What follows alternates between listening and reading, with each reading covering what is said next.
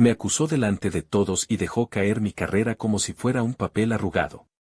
Nadie dijo nada, solo miraron y siguieron el ritual de la indiferencia. Una simple fecha en un correo lo destrozó por completo. Yo, Laura, de 34 años, no pensé que un día normal en la oficina terminaría con la sensación de que me habían arrancado la piel a tiras. Llevaba casi 7 años en esa empresa, entré siendo recién salida de la universidad, aprendí a presentar reportes hasta que quedaban impecables, aprendí a cubrir turnos, a corregir presentaciones a las 3 de la mañana y a enfrentar clientes difíciles con una sonrisa calculada. Rodrigo, mi jefe directo, era la persona a la que entregaba los documentos finales, la que firmaba y la que felicitaba en las reuniones cuando algo salía bien. También era el que controlaba las palabras en los pasillos y el que podía, con una frase, arruinarnos la reputación. Esa mañana la sala de juntas estaba más llena de lo habitual. Había una presentación grande para un cliente que se iba a lanzar a la semana siguiente y la tensión se sentía como una capa pegada a la garganta. Me pidieron abrir con el resumen ejecutivo. Fui puntual, coloqué mis notas en la mesa, respiré y empecé. A mitad de diapositiva, Rodrigo se levantó sin avisar. Laura, dijo con una voz que intentó ser neutra pero que estaba cargada. Antes de que sigas, tengo que aclarar algo que descubrí en la auditoría interna. Tu reporte de entrega está fechado después de la revisión final. ¿Puedes explicarnos por qué tu archivo apunta a un día posterior que hace ver que, bueno, que manipulas las fechas?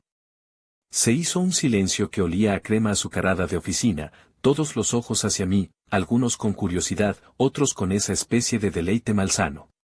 Mi rostro se calentó como si alguien hubiera abierto un horno. Manipular fechas, balbuceé. No entiendo, Rodrigo. Yo entregué esto en la reunión previa, ¿lo recuerdas? ¿Lo revisaste ahí? Rodrigo sonrió como quien ha preparado un buen chiste.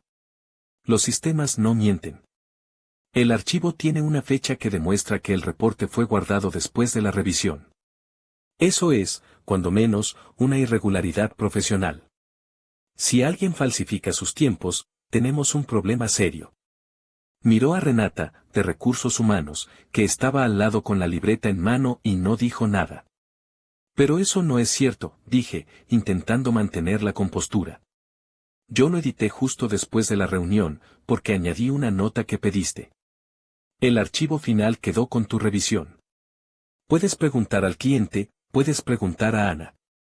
Mi voz se fue apagando porque, por instinto, sabía que una acusación de ese tipo puede plantar una semilla difícil de arrancar. ¿Ana qué?, preguntó Rodrigo. ¿La Ana que es tu amiga del equipo, o la que te pidió el favor la última vez? Mira, no vamos a poner en duda procesos por relaciones personales. Sus palabras estaban calculadas para humillar sin necesidad de explicaciones adicionales. Ana, que estaba sentada junto a mí, apretó la mandíbula. Hizo ese movimiento mínimo que solo los compañeros cercanos reconocen, un temblor de rabia contenida. Yo estuve en la reunión, Rodrigo, dijo, y su voz fue lo único que rompió el silencio. Laura entregó su parte. Yo lo vi. Y además, hablamos sobre el punto que corrigió. No entiendo por qué lo estás diciendo así. Rodrigo la miró como quien mira a un perro que ladra en el momento equivocado. Gracias por tu apunte, Ana. Tu testimonio será anotado. Renata tomó nota con una eficiencia que parecía no tener lugar para el matiz humano. Al terminar, la reunión siguió, pero ya no podía concentrarme. Cada pregunta que me lanzaban, por niña que fuera, llevaba detrás la sombra de aquella fecha. Salí de la sala con la sensación de que todos los que pasaban por mi escritorio me miraban con una mezcla de curiosidad y la expectativa de ver mi caída. Cuando llegué al cubículo, escuché el murmullo, ¿viste cómo la dejó en evidencia? Siempre hay algo con Laura. Algunos susurros eran casi inaudibles, otros demasiado claros. Esa tarde llamé a David, mi esposo, porque necesitaba que alguien me dijera que no estaba pasando de paranoica. Te lo arreglo, me dijo con la seguridad con la que él arregla cosas atascadas en casa. Primero respira. Segundo, recuéstate. Tercero, guarda todos los correos y archivos. Nada se borra. David siempre ha sido práctico, herrero de fin de semana y abogado de mis pequeñas crisis. Y no hagas nada impulsivo. Ya sabes cómo son estas cosas. Aún así, en su voz había un hilo de preocupación que me dejó sin consuelo. A la noche intenté dormir pero mi mente iba y venía. Hice lo que David me dijo, abrí la carpeta de correos, busqué el hilo donde había enviado la versión anterior del reporte y el que contenía la versión final con su cadena de aprobaciones. Apareció el archivo que todos habíamos visto en la reunión, pero el dato que Rodrigo había resaltado, la fecha en el encabezado del archivo, la hora de creación, todo parecía coincidir con su acusación. Solo que yo sí recordaba haberlo guardado antes. Empecé a dudar de mis propios recuerdos. Me dije que debía ser exhaustiva, imprimí el correo original que yo había enviado, no para enseñarlo a nadie todavía, sino para no confiar en la memoria. Apenas cerré el ordenador, Ana llegó y dejó su mochila encima de mi silla. No puedo creer lo que dijo, murmuró. ¿Por qué lo hace frente a todo el mundo? Eso no es normal. Había niños en su voz, una mezcla de consuelo y asombro. ¿Puedo revisar algo?, pidió. Le pasé la impresora donde ya estaban las hojas húmedas del correo. Ella las recogió, las leyó y frunció el ceño. ¿No te parece raro que sea tan tajante?, dijo con firmeza. A veces este tipo de acusaciones son una forma de preparar terreno para, ya sabes. No terminé de entender la insinuación hasta que la mirada de Ana me atravesó. ¿Para sacarte? ¿O para justificar que alguien más te reemplace por incapacidad? Punto. Lo que dijo sonó tan plausible que me hicieron cosquillas en la nuca. A la semana siguiente la presión subió un nivel. En las reuniones informales Rodrigo comenzó a reducir mis responsabilidades, a enviarme correos pidiendo comprobantes que antes nunca pidió. Solo por protocolo, decía. No te preocupes. Y yo veía cómo mis tareas eran reasignadas a Marcos, el nuevo colaborador con ambiciones claras y sonrisa natural. Marcos me miró con esa mezcla de falsa amistad y hambre profesional. Una tarde, ya cansada de la sensación de estar bajo observación, confronté a Rodrigo en su oficina mientras cerraba la puerta. ¿Qué quieres de mí?, pregunté sin rodeos. Si tienes algo en contra, dilo formalmente. No puedes seguir humillándome frente al equipo. Rodrigo se recargó en su silla. No se trata de humillarte, Laura. Se trata de mantener normas. Además, encontré inconsistencias que no se pueden ignorar.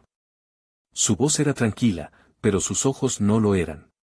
Quise replicar con la evidencia que yo tenía, pero él me interrumpió con una mano levantada, gesto sencillo que apagó mi argumento. Escucha, dijo. Si me ayudas, esto puede resolverse rápido.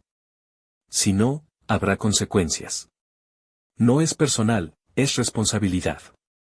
Y si te empeñas en negarlo, te advierto, esto puede ser un proceso formal. Su manera de hablar era fría pero calculada, era como si desnudara una amenaza sin pronunciarla del todo. Esa noche llamé a Ana y le pedí que revisáramos nuevamente los correos. Ella se quedó en mi casa hasta tarde, con café y con la mirada fija en la pantalla.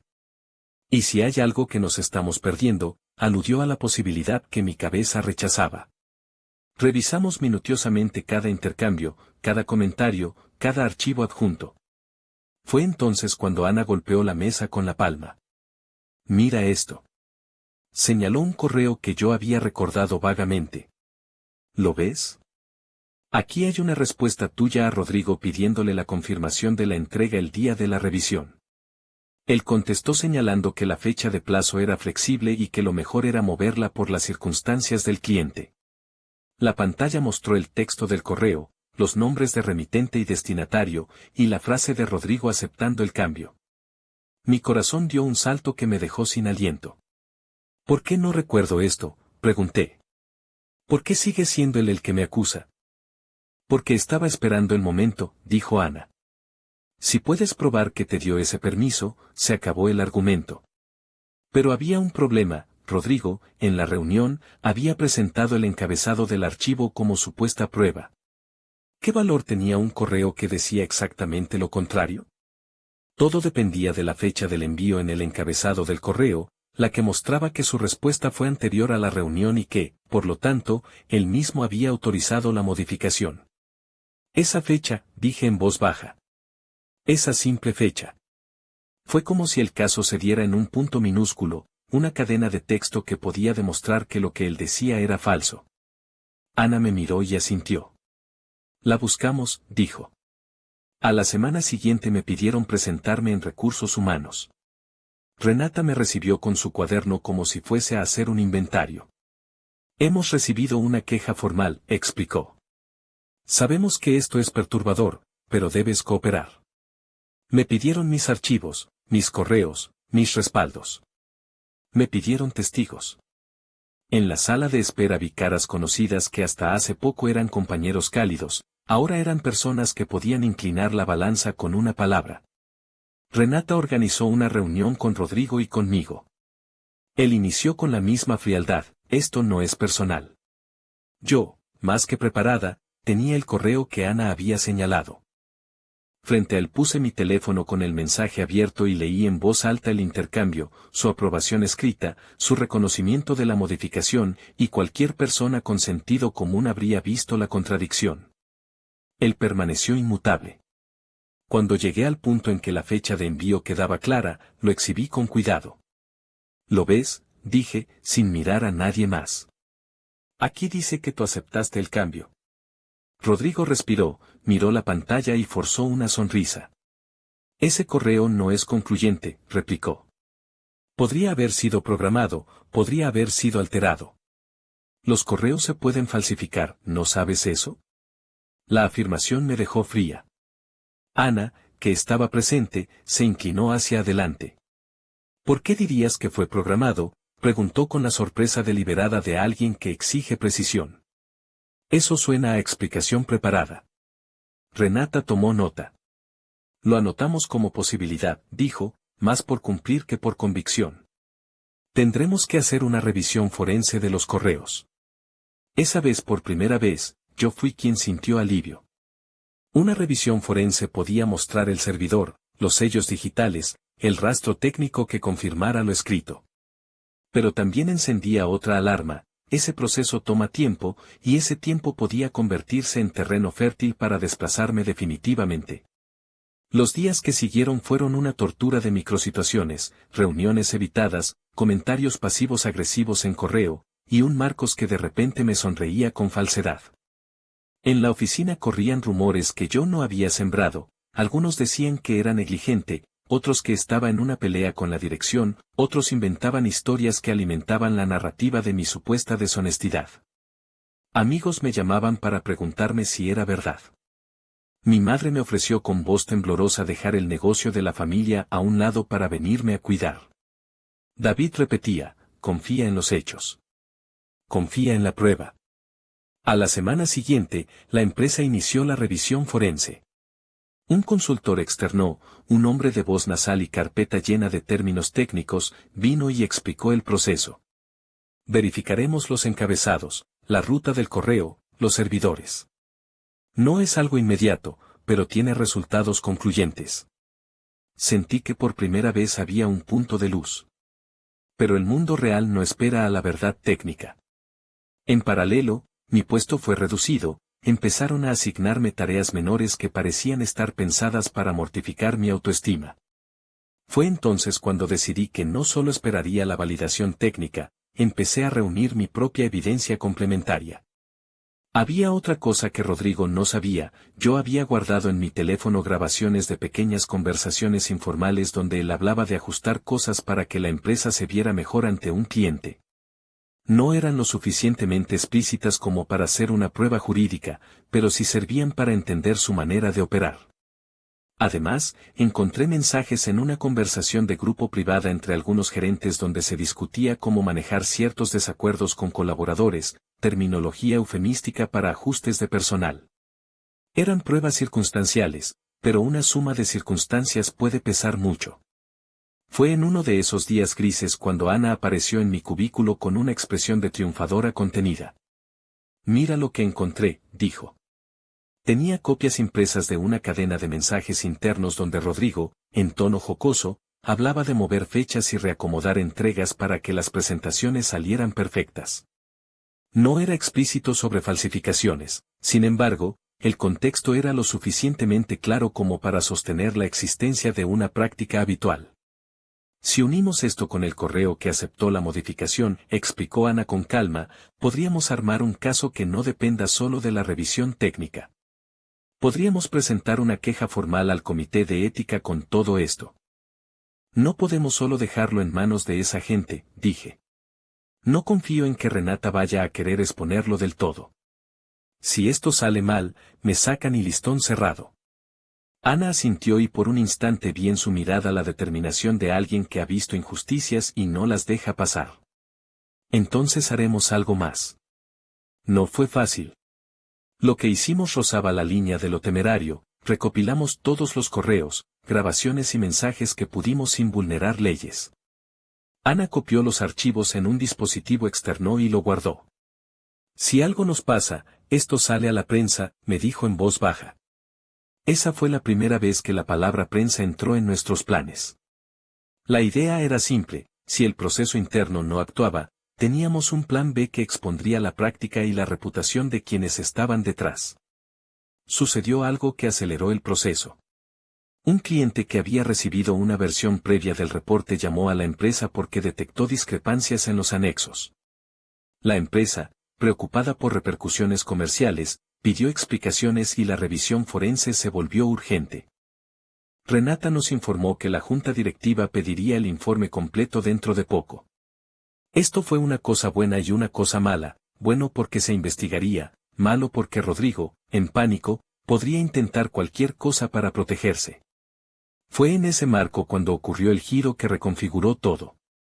Una tarde, al revisar el servidor del correo con el consultor forense, nos mostraron un rastro que no esperábamos. La cadena de correo tenía una copia archivada en la carpeta personal de Rodrigo con una nota que indicaba explícitamente la autorización para cambiar la fecha de entrega. No solo eso, en los metadatos del archivo había una huella que mostraba que el archivo final fue guardado con el nombre que yo había puesto gracias a un documento que él había revisado y aprobado. No era la fecha del archivo la que nos salvaba, sino la clara evidencia de su aprobación directa y su propia manipulación de archivos para intentar culparme después. Cuando Renata vio eso, su cara cambió de oficial a humana por primera vez. Esto es grave, murmuró. Rodrigo, que estaba en la sala, se ruborizó y trató de recomponer la expresión. Esto no prueba nada por sí solo, intentó decir, pero la voz le tembló. ¿Cómo explicas que tu carpeta personal contenga la versión con la nota de autorización?, preguntó el consultor con voz técnica y sin misericordia. Rodrigo trató de responder con evasivas, comenzó a inventar una historia sobre backups automáticos, sobre confusiones de carpetas. Sus defensas eran endebles, y lo mejor fue que sus compañeros comenzaron a mirar con otros ojos. Los mismos que se habían entretenido con mi caída, ahora observaban a su jefe con dudas. La junta directiva convocó a una sesión urgente. Durante esa sesión, la evidencia fue presentada con calma matemática, correos, metadatos, mensajes internos. Rodrigo intentó defenderse con la misma seguridad de siempre, pero esta vez los datos hablaban claro. Hubo una pausa larga, Renata habló en términos de procedimiento y ética. Se anunció que se abriría una investigación formal sobre las prácticas de manipulación de documentación y que Rodrigo sería apartado temporalmente mientras se esclarecía todo. La noticia corrió por la oficina como una ola. Sentí una mezcla absoluta de alivio y algo que se parecía mucho a la culpa. Libertad y precio iban juntos, mi vida había estado marcada por este conflicto. Algunos compañeros me vinieron a felicitar, otros, en cambio, me miraron con cautela, como si no supieran en qué momento habían cambiado de bando. A partir de ahí la venganza se desplegó no como una satisfacción perversa sino como justicia metódica, no hice nada espectacular ni dramático. No salió publicado en redes con títulos sensacionalistas. Simplemente entregué la evidencia al comité, cooperé con la investigación y acepté que la verdad técnica y documental hiciera su trabajo. Rodrigo fue removido de su puesto y, en la investigación posterior, se demostraron prácticas que iban más allá de mi caso. La empresa abrió nuevas auditorías y reforzó procesos para evitar que algo así volviera a suceder. Marcos, que había capitalizado mi debilidad en los días de incertidumbre, recibió una reprimenda por su comportamiento oportunista. Los que habían estado dispuestos a creer a su jefe sin cuestionar fueron llamados a declarar. Algunos pidieron disculpas públicas, otras fueron más reticentes. La organización, sacudida, intentó recomponer su imagen con cambios administrativos. ¿Mi venganza? Fue pequeña y precisa. Después de lograr que el proceso siguiera su curso, envié un correo a la red de antiguos clientes con un resumen objetivo de la situación y un enlace a la versión corregida del reporte. No fue una venganza personal explosiva, fue profesional. Dejé que la verdad se distribuya donde tenía que distribuirse, entre quienes podían afectar mi trabajo y entre aquellos a quienes la desinformación había perjudicado. Eso produjo consecuencias reales. Algunos clientes pidieron reuniones para replantear contratos, otros decidieron confiar más en los equipos que habían sido honestos. En lo personal, las secuelas fueron duras. Dormí mal durante meses, tuve terapia, hablé con mi madre, hablé con David. Aprendí que la verdad no siempre viene acompañada de paz inmediata, viene con el peso de haber sido herido y con la necesidad de reconstruir la confianza. Tuve que volver a demostrar mi criterio más de una vez en proyectos subsecuentes porque la sombra de lo ocurrido se proyectaba en las decisiones de otros. Tuve que aprender a poner límites y a no confiar ciegamente en las sonrisas de los que ven utilidad en la desgracia ajena. Una semana después de que Rodrigo fuera apartado, me llamaron a Recursos Humanos para informarme que la investigación oficial había concluido en mi favor. Renata me dijo, no fue un proceso agradable, y no podemos devolver el tiempo que perdiste, pero reconocemos que se cometieron errores. ¿Quieres regresar al equipo o prefieres buscar otras oportunidades? Sentí que la pregunta era trampa. Quería quedarme y demostrar que no me habían derrotado, también quería protegerme de futuros riesgos. Quiero quedarme, respondí con un pulso seguro. Pero con condiciones. Planteé revisiones en los procesos, la creación de registros de revisiones y la obligación de validar cambios en presencia de 2 testigos. No fue venganza personal como quien quiere ver a alguien humillado, fue asegurar que lo que me pasó no le pase a nadie más. Con el tiempo, la vida siguió. Rodrigo se fue de la empresa finalmente y abrió un negocio propio más pequeño. No busqué que su caída fuera pública, me interesaba que se repararan las cosas. Marcos fue promovido en otro departamento por sus habilidades, lo cual me recordó algo amargo. En las oficinas no siempre hay justicia retributiva perfecta, a veces solo hay consecuencias administrativas y un aprendizaje difícil de aprender. Hubo personas que se acercaron para disculparse. Hubo otras a las que jamás volví a saludar. Aprendí a distinguir entre quienes actúan por miedo y quienes actúan por convicción. Ana siguió siendo mi aliada y, con el tiempo, ascendió a una posición donde pudo influir en la cultura de equipo. David estuvo conmigo en todo momento y, sin él, admito que me hubiera ido más fácil a la desesperación. La última vez que vi a Rodrigo, fue en un evento del sector. Nos saludamos con un gesto corto. No dije nada. Él tampoco. Me sorprendió la paz que sentí, no era triunfo ni rencor, era la confirmación de que la verdad y la paciencia terminaron siendo herramientas más eficaces que la furia. Actualización 1. Algunos colegas me pidieron que contara esto fuera del entorno corporativo para que otros supieran cómo protegerse. Lo hice con cautela, sin exponer datos personales ni documentos que no me pertenecían. La respuesta fue masiva, recibí mensajes de personas que vivían con miedo a ser acusadas y que encontraron en mi historia un espejo. Actualización final, años después, me ofrecieron liderar un proyecto de cambio cultural en la empresa. Acepté con la condición de que se implementaran procesos transparentes y canales seguros para denunciar irregularidades. Nunca busqué convertir mi experiencia en un espectáculo viral. Solo quería que la injusticia no quedara en silencio. No hay una moraleja bonita aquí. Solo permanecen las cicatrices, aprendes a verificar todo, a no dejar pruebas al azar, a confiar en pocos y a aliarte con quienes, como Ana, están dispuestos a arriesgar su comodidad por la verdad. Aprendes también que una simple fecha, un encabezado de correo, un metadato aparentemente irrelevante, puede ser tanto la navaja del que acusa como la salvación del acusado. Y que, a veces, la venganza más efectiva no es destruir al otro, sino reconstruir el propio terreno con reglas que impidan que alguien más vuelva a hacerlo.